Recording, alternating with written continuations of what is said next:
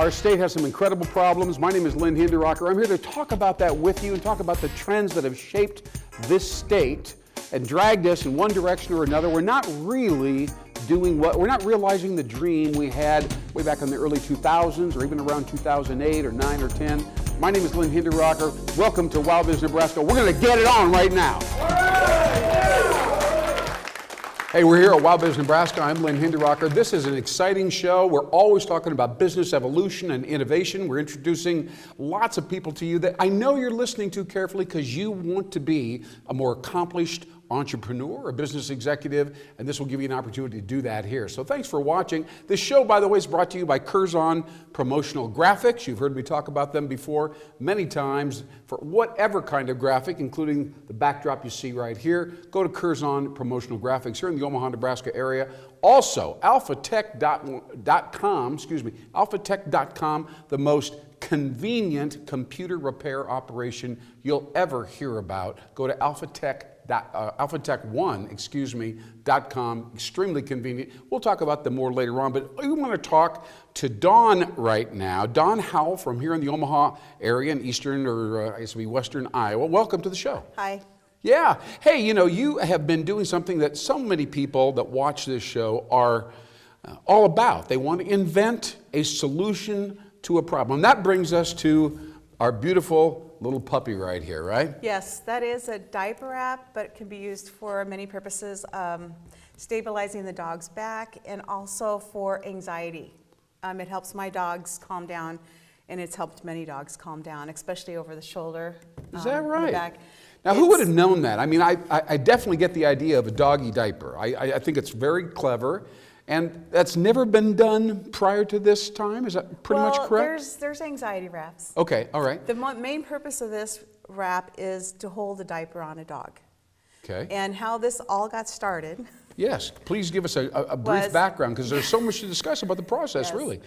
I got a dog, my dog Sammy, and we got him in the winter of 2000, well, it was 2008. Mm-hmm. And we had like 27 inches of snow on the ground, and he was like this big, tiny. I'm with you on this. I actually have two small dogs, so I can trained empathize. him to go in a Tupperware container. Well, then after the snow melted, he was bigger, and I taught him to go down the stairs of our deck. Yeah. And I thought I had him trained. Next thing I know, we're moving furniture around, and there's pee all over. Right. All over We're familiar with this syndrome. All dog owners kind of know this idea. So I tried. He's a very unique dog. He's deaf. He's got his own personality, and he'll do what Sammy wants to do. And he was a chronic marker. We did what we were supposed to do with him at 6 months. Sure. We, neutered him like usual, but it didn't help. Very challenging. He is a chronic marker. Okay, okay. And I understand that, I really do. So I mean, how did you go from, oh my gosh, what a constant mess this is, to, I think I could design something to cover him up, or what? The day it started was he marked my pillow. So That'll always get you going. I went and bought stuff, and I tried different things, and I thought, I could do this better. So I got the machine out, and I have a bag of prototypes. Okay. And I just developed. And you got to the sewing machine, right? Is that what you did? Yeah. Well, I had an old one. Okay. It was like an old right. more. Right. And it was like did you draw it out a little bit? No, I don't draw anything out. I just do. Okay, all right. So the design was kind of just take a shot at it. The design just happened on its own. Yeah. Because I would go, well, I need this here. I need that there. That's what they call organic innovation. But keep going. This is so good. And I just kept doing it until I actually had something people wanted. Yeah. So then I started, doing a little bit of research and finding out how big of a problem this is. Yes. And people use worldwide other things that they put on their floor, and the dog goes there, but that's a mess. Yes, right. And so the problem is pronounced, the problem is consistent, so you could fairly assume that there would be a number of buyers, right? Yes, it's a different, unique kind of a thing, because people won't admit that they have a problem with their dog until after. Like, I go to a trade show, I'll give them a card, and then I get the sales. Right. Maybe a month later. We're all ashamed that our dogs pee on our living room floor. It's dogs' behavior. Dogs do what dogs do, and there's not much. Absolutely. No matter how well trained your dog is. Sure. First thing they're going to do. Now, how long did this, once you noticed we had this problem, you're irate about it, and you began working, how long did it take for you to kind of come up with something that you thought was really workable, and this is the design? About 18 months. About 18 months, okay. About I love 18 this right months. off the bat. You stuck with it. Yeah. Kept working on it. Well, and I had my regular job. You know, Yeah. I'm a computer programmer. Okay. And my degree's in computer science. So I just kept working with my dog until I found something that I could go to work, come home, and he didn't have it off. Got it. Okay, well, that's exciting. It really is. Let's talk about the product, okay, briefly. Just tell me what we have here. We have various layers. Well, we have straps. You know? Let me show you. This is maybe, you know, it's a little bit different.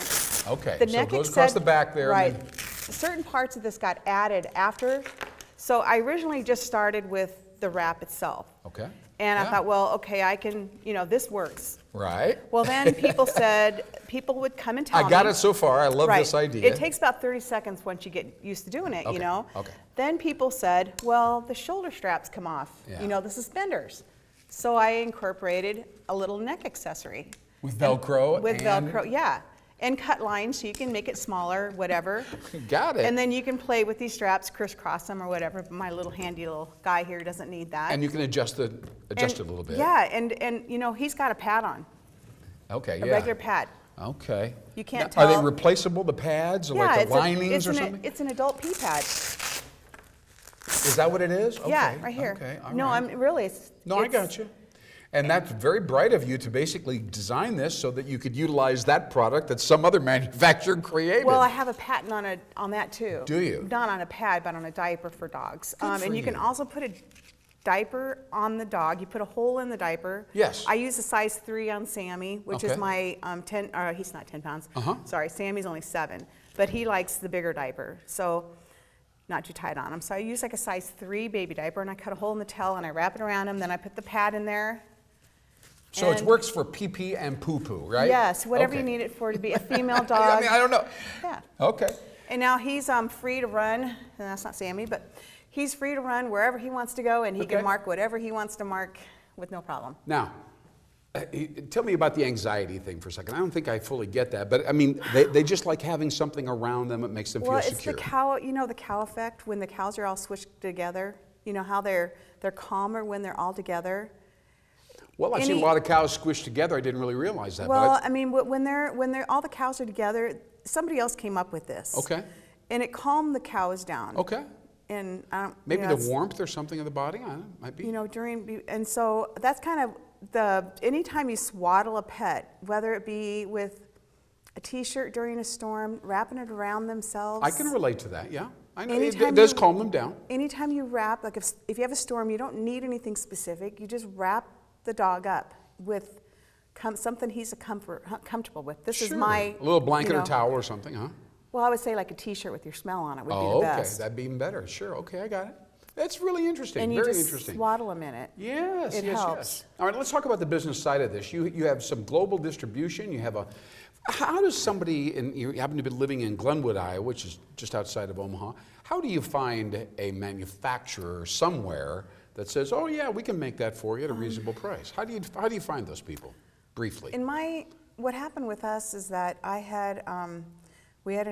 accountant knew somebody who had gowns made in China. Oh, that's right. We talked about this before the show. Yeah, and yeah. so they were coming to, and this is a real small manufacturing company. Yeah. They do saddlebags and gowns or whatever, small things Sure. for people. And So through a person, a third party that knew about yeah, somebody. and they came to Dallas. They came to Dallas. Uh-huh.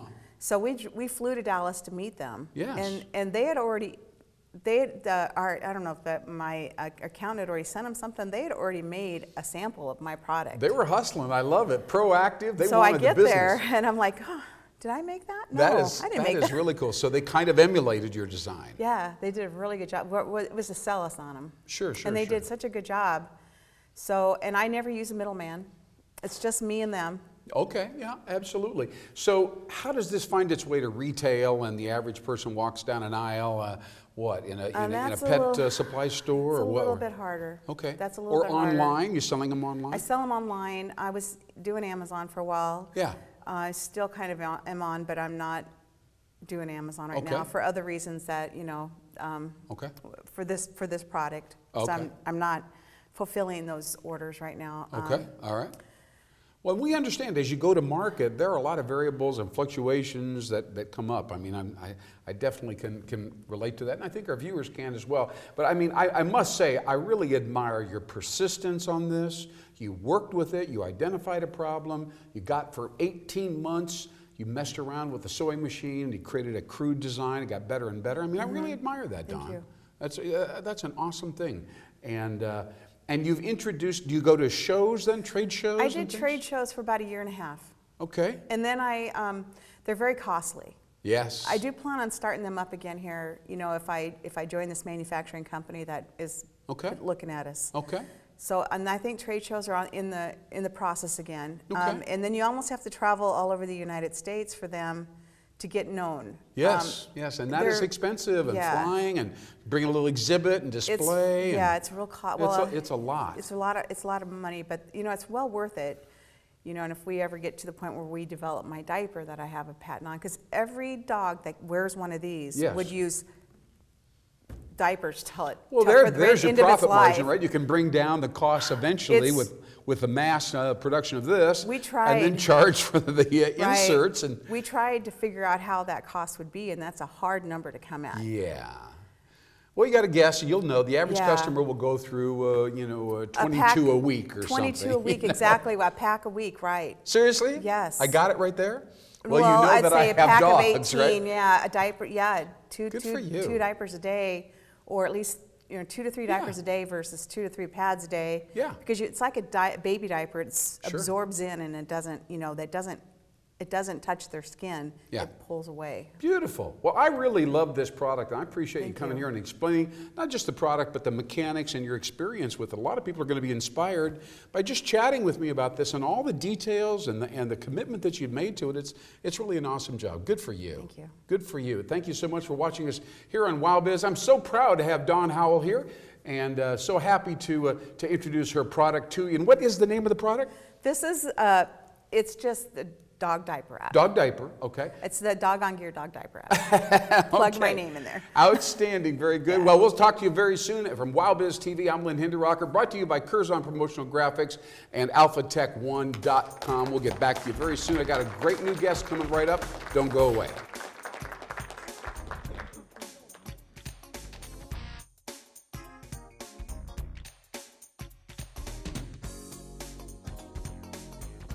What's the most important thing? If you own a company, you're trying to get the business going and grow the company. Is it leadership? Very important.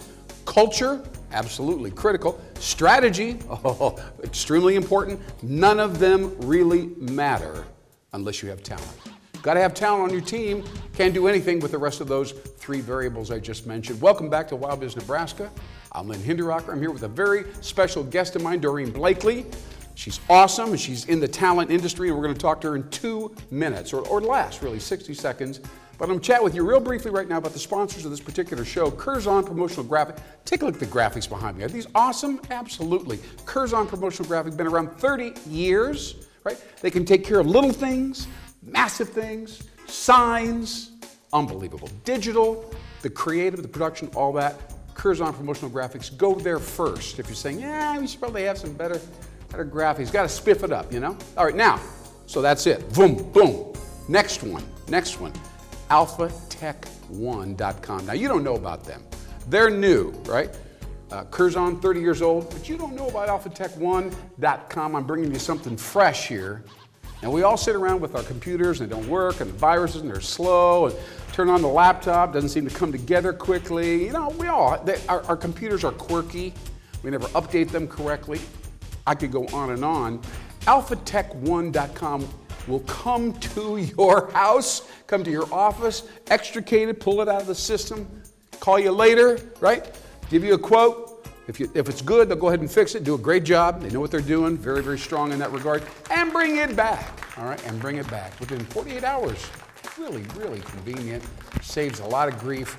Please check them out, AlphaTech1.com. Pleasure to have them associated with WowBiz Nebraska. And speaking of people that I'm thrilled to be here is my good friend Doreen Blakely. How are you? I'm doing fantastic. How are you? Good, good, good. Well, I'm warmed up. Are you warmed up? I am. All right. So how has the world, we live in a world now where unemployment's pretty low. Everybody that has a good credibility and background and da-da-da-da-da seems to be able to find a job. How has your career as a recruiter changed in the last few years? Is it harder to find people or easier? What's it like out there?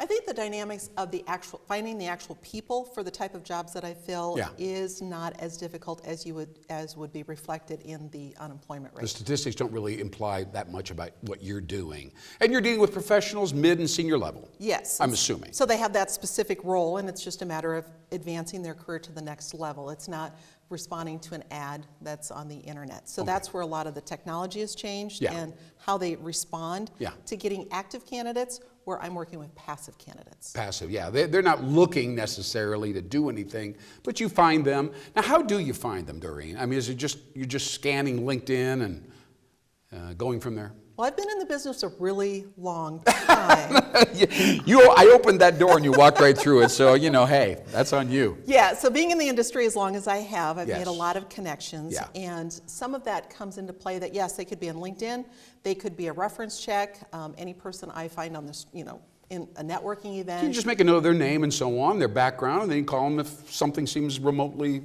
possible, right? Right, and ultimately when I approach an individual, it is to ask them a simple question. Yeah. If I had an opportunity that appeared to be better than what you have today, would you want to hear about it? Appeared to be better. Interesting. Because I don't know. Yeah. Right, only they are to decide that. All right, so let's talk about the priorities that would determine better. I think that's really a fascinating thing. Because I keep hearing again and again, do people say, talk to me about the money right off the bat? Or do they say, well, I'm looking for or I hate my boss, so I got to get out of here?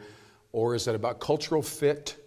What are people looking for most of the time? Challenge. Challenge, the right challenge. The right challenge and the right boss and the right culture. Yeah. Okay. And that really hasn't changed over the last 20-some years, is that advancement. And if an individual's willing to move for money, they're not the type of person I want to work with. Yeah.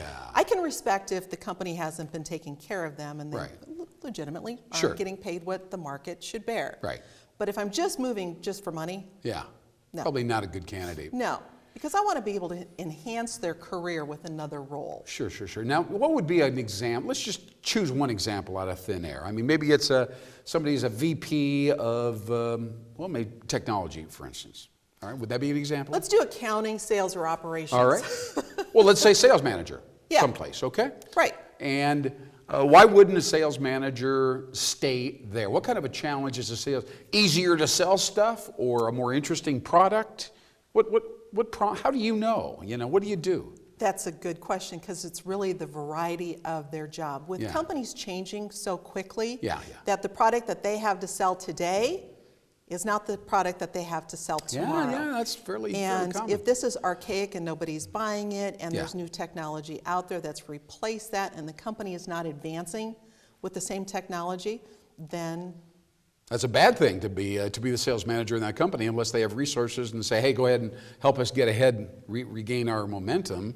Right, because those individuals are energized by the challenge of a sale. Yeah. Right, and if I can't sell anything, well, I'm not making any money. Because the product's not competitive. Right, then I'm going to go somewhere that it can be a little bit more. I get that. Yeah, I get that. So what's the next step for a person that is a recruiter? Do you pretty much doing the same thing today as you did, Doreen, 10 or 20 years ago? Or has it changed or evolved for you? Are you using technology to make life easier? What's it like to be a recruiter? I would like to say technology has made it easier, but it necessarily doesn't really feel like that.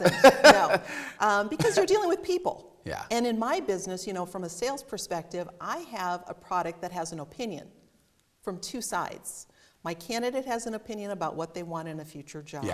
And my client has an opinion. So technology really doesn't impact that. Yeah. It's just kind of getting a feel for why people are wanting to talk to me. right? So, and even those reasons hasn't necessarily changed other than when we're going to talk about millennials. Yeah. Well, let's talk about millennials because they really represent a distinct challenge. For years, we were told they didn't have the same kind of priorities. They didn't really care about the same stuff that other executives did care about. Now I'm reading some recent research that says that millennials are addicted to their work. They believe that work is the only real validation of who they are on the planet. They don't have strong spiritual values or other kinds of things. It's their job, and if it's not clicking for them, they feel worthless. And so it's a very interesting thing. What's your take on recruiting a millennial and convincing them to come over here? Well, and I think we're kind of giving them a bad rap from all of what you just said. Yeah.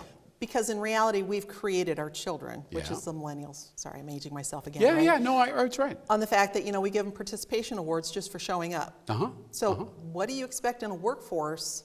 They just show up. Well, shouldn't I get recognized for the fact I came to work today? That's right. Yeah. Because we've taught them to do that. Yeah.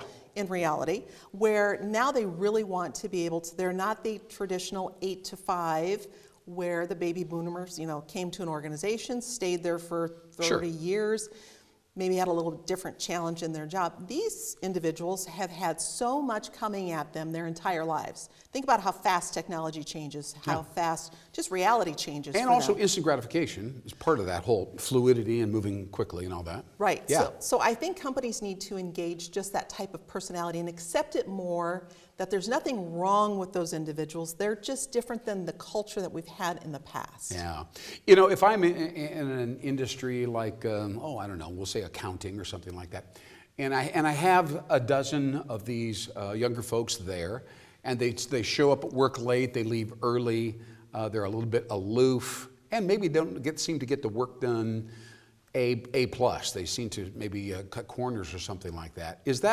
What's the best way, in your opinion, to relate to those people and to chat and maybe help them raise the bar? How do you motivate somebody like that to do a better job? Better onboarding. Because in reality, when a person accepts a job and they come in, they're excited about that job. Yeah. They want to do well. Yeah, that's the time that you kind of clarify what we're about here. And you've engaged at the level of expectations. So a lot of times companies will get the person on board and they're multitasking, have a lot to accomplish, and just expect you to figure it out. Yeah.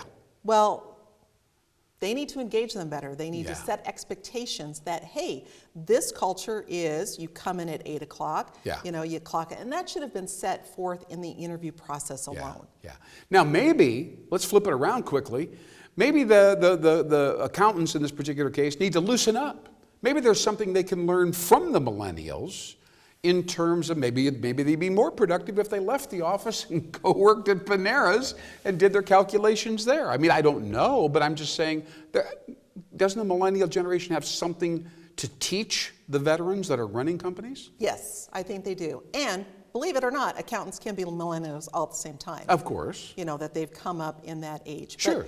Yeah, I think it's the changing the roles to understand expectations for performance versus the mentality that I have to see you in the office when I'm there. Yeah. Me being the boss, I come in at 7 a.m. Micromanaging. You'd better show up at 8 o'clock. You'd better, be there until I leave. That mentality has to change to be more performance-based. I see. What do I expect that individual to do during that time frame? That's awesome that I want them there because I like their company. Yeah.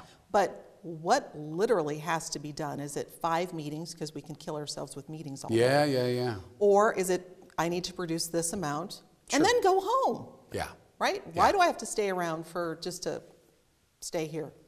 I think that's the big idea there. I think first of all we clarify our expectations, but I think there are things that they can teach us. It reminds me of Tom Peters back in 1999. He had a lot of really interesting ideas about the future of work, and we're seeing it right now all unfolding right in front of us 20 years later, but it's here. Yep. And it seems like millennials, for instance, purpose-driven careers, right? A lot of discussion with millennial research about they want to be involved in something at the office that goes beyond this quarter's numbers. They want the company to somehow be involved and serve the greater good. In your opinion, how likely is it that business owners and so on are going to receive that advice and say, okay, we're going to go ahead and try to do that? What do you think? I hope the answer is yes. Yes. Because I think there's give and take. right? When a new hire gets brought on, Yeah. why not establish a mentorship Yes. with that individual? So even the mentor and the mentee are learning something from each other Sure. that can develop that kind of culture, Yes. open expectations. I Yeah. think that's a possibility, and I sure hope that we are mature enough and permeable enough to be able to absorb the good things that these people are bringing to the party. Don't Absolutely, you agree? yes. Okay. Because they do have a lot to bring to the table. Doreen, the name of your company again is Allied Enterprises. Alliance Enterprises. Excuse me, allianceenterprises.com. Yep, Alliance Enterprise. Yeah, AllianceOmaha.com. Thank you. I'm so glad that we stopped and got that right. AllianceOmaha.com. AllianceOmaha.com. Doreen Blakely. Yep. Been doing this for what, 25 years? Not quite. But close. All right. Thanks for watching us here on WowBiz Nebraska. I'm Lynn Hinderrocker. Check us out next time. I bring you all kinds of knowledge and insight. It's fantastic and trends. You're smarter than when you turned on the TV. Don't throw anything at the TV screen. Tune us back in. We'll see you next time. Thanks again.